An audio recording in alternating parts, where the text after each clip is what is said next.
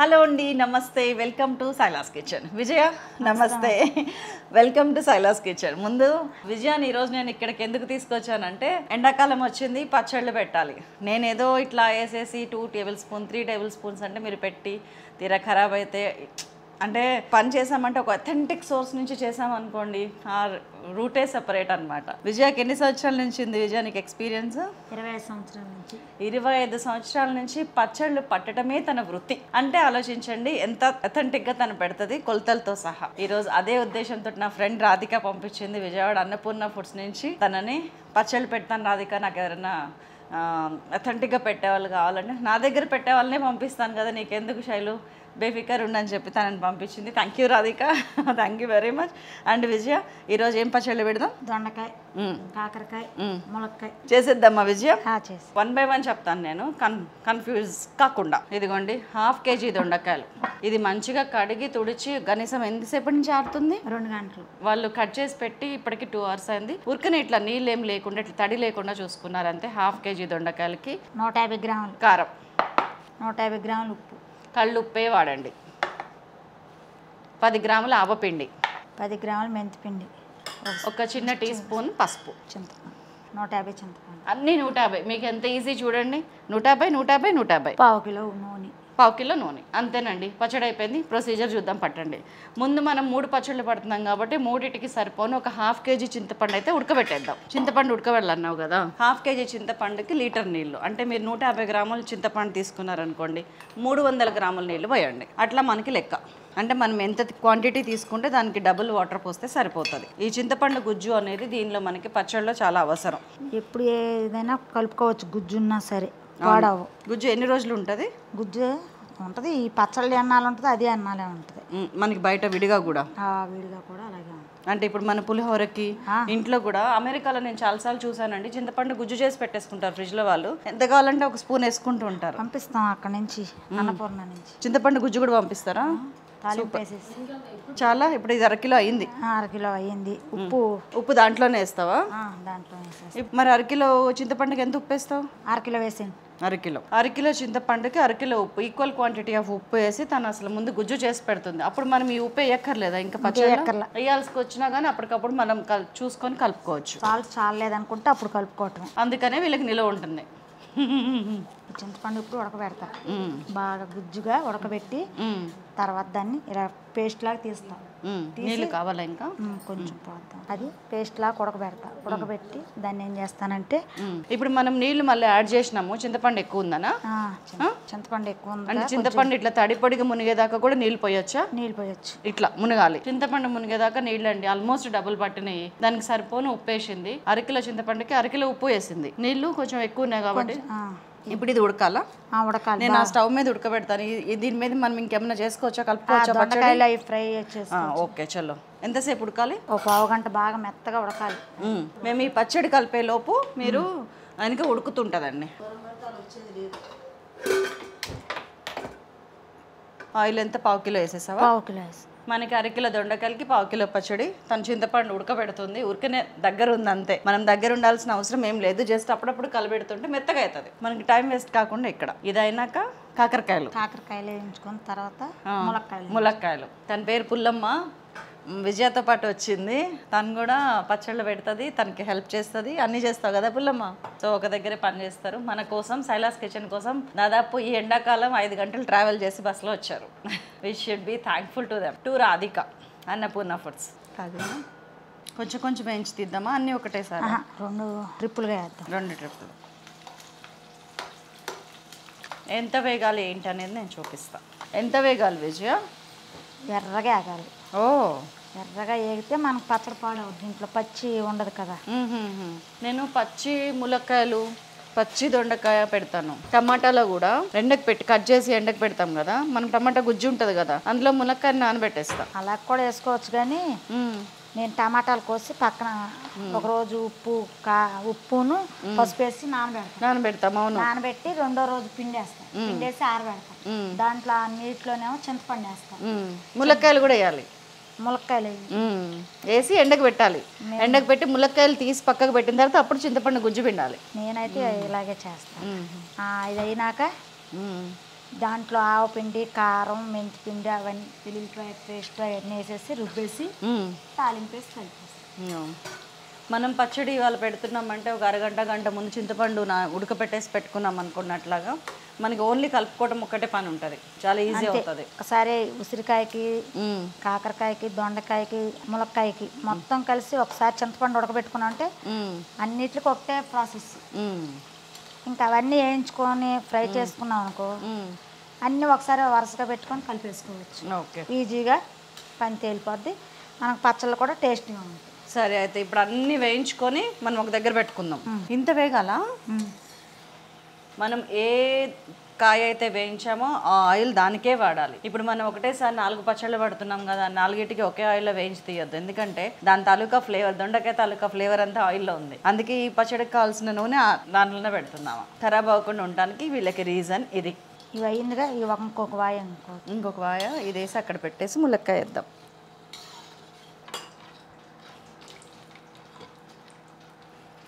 ఒక్కొక్కరిని 4 చక్రాలు కోసినావా? 4 ముక్కలే, రెండేనా? ఒక దొండకాయ 2 ముక్కలండి. మీకు ఒకవేళ లావు దొండకాయలు ఉంటే 4 కోయొచ్చుగా. అంటే మగ్గితే ఇది అయిపోతాయి కదా గుజ్జులో, ములక్కాయ ఇలాగే ఉండాలి, అలాగే కనపడతాయని. ఇదిగోండి అది వేగినాక కూడా అలాగే కనపడుతుంది కాబట్టి అలానే ఉండాలంటున్నారు. గుడ్. ఇప్పుడు ములక్కాయ వేయిద్దాం, అది పక్కకు పెట్టుకొని కాకరకాయలు వేయించేస్తున్నాం. ఇది కాకరకాయ పచ్చడికి మీకు ఒకటే టైప్లో చేసే 4 పచ్చళ్ళు. ఉసిరికాయ కూడా ఇవాళే చూపించేస్తాం. ఓ ఇది కాస్టేరేనా?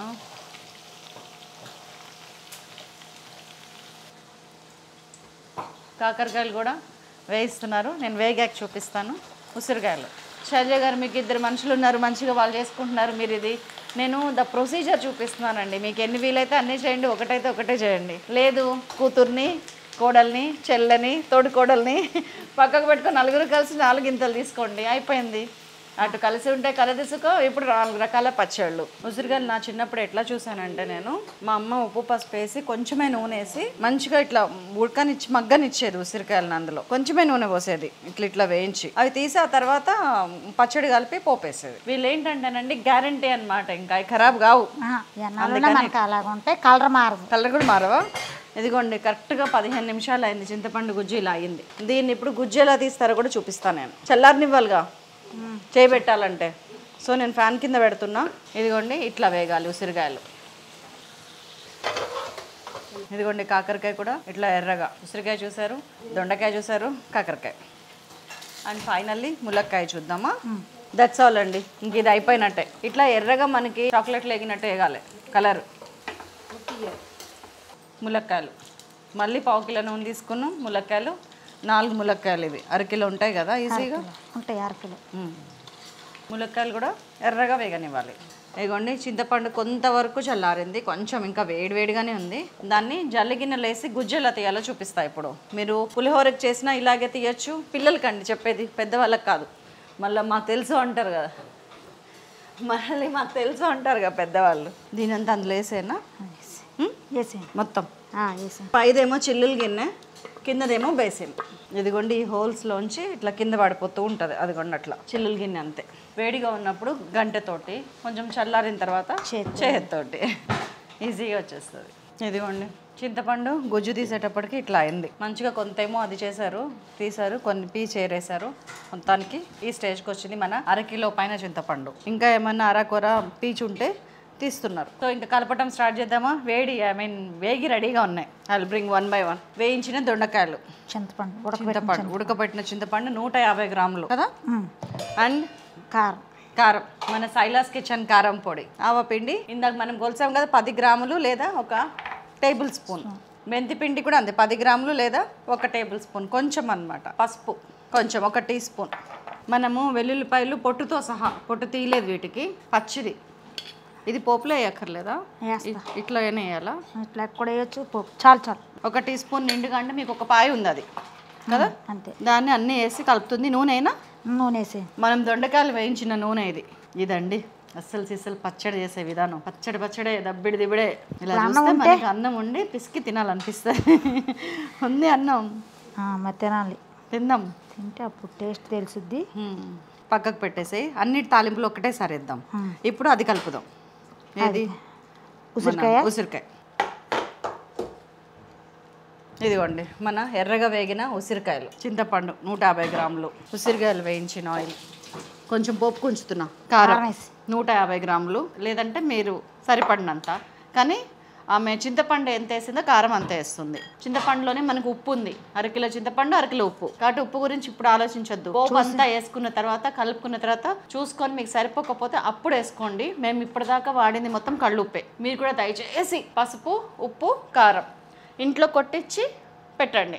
ఉప్పు కళ్ళుప్పే పెట్టండి, ఎండకు ఆరబెట్టి గ్రైండ్ చేయండి. అట్లా ఉడకబెట్టేటట్టయితే కనుక డైరెక్ట్ వేయచ్చు. కారము మీరు పట్టించండి, లేకపోతే సైలాస్ కిచెన్దే కొనండి, లేకపోతే నాకు టేస్ట్ నేను గ్యారంటీ ఇవ్వను. పసుపు 1 టీ స్పూన్, మెంతిపిండి 1 టేబుల్ స్పూను, ఆవపిండి అది కూడా 1 టేబుల్ స్పూను, 10 గ్రామ్స్ ఎల్లిపాయ ముద్ద. అన్నీ ఒకటేనండి, మీకు 10 సార్లు చూపిస్తున్నాం అనుకోకండి. ఒకసారి 1కి 4 సార్లు చూస్తే మీకు అర్థమవుతుందండి.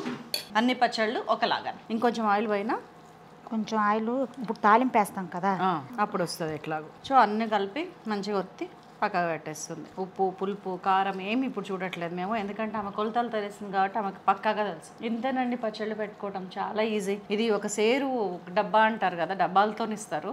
సేరు ఉసిరికాయలు సేమ్ కొలతలు, పట్టి ఉన్న వాళ్ళకి అందాజా కూడా తెలిసిపోతుంది కదా. కానీ మీరు ఎన్ని కిలోలు పెడతారు పట్టినప్పుడు? 50 కేజీలు అలా వచ్చేస్తాయి అమ్మ. ఓ అమ్మా, ఇంక అన్ని కొలతల ప్రకారమే కలిపేస్తారు. ఇవి 1/2 కిలోనే దొండకాయ కాబట్టి దానికి అనుకూలంగా వేస్తుంది. 1/2 కిలో దొండకాయకి ఒక 75 గ్రాముల 50 గ్రాముల 50 గ్రాములు వేస్తున్నాం చింతపండు. సారీ, 1/2 కిలో కాకరకాయకి పసుపు కొంచెమే, ఒక 1/2 టీ స్పూన్, మెంతిపిండి ఒక 1 టీ స్పూన్ అండి, 1/2 టేబుల్ స్పూన్, ఆవపిండి కూడా 1/2 టేబుల్ స్పూన్ అంతే. దానికి సరిపోను కొంచెం వెల్లుల్లి, అల్లం పేస్ట్ వేసినావుగా. వెల్లుల్లి పేస్ట్ అనవే, అల్లం పేస్ట్ సైలాస్ కిచెన్ కారం ఒక 50 గ్రాముల చాలు. ఆయిల్ పోసి ఇగోండి, దీనికోసం మనం వెతకక్కర్లేదు, దాని గింజలే చెప్పేస్తున్నాయి. ఇది కాకరకాయ అని కోసేస్తున్నా. ఆయిల్ పల్లి నూనె యూజ్ చేసామండి. పప్పు నూనె కానీ పల్లి నూనె కానీ ఏదైనా మీరు వాడచ్చు. ఈ గింజలు వదిలిపెట్టకుండా తినండి, షుగర్ తగ్గిపోతుంది. పచ్చళ్ళు తినొద్దు అంటారు, ఒప్పుకుంటాను నేను కూడా. కానీ రుచిని కూడా కోల్పోవద్దండి. కిలోలు పెట్టుకోకర్లేదు, 1/2 కిలో పెట్టుకోండి, సంవత్సరం అంతా వస్తుంది మనకి. ఎందుకంటే మిగతా పచ్చళ్ళు అన్నిటికి కూడా న్యాయం చేయాలి కదా. అయిపోయిందా? అయిపోయింది. అన్నీ పెట్టేసినామా? ములక్కాయ యా, ఇదిగోండి ములక్కాయలు ఇట్లా వేగినాయి.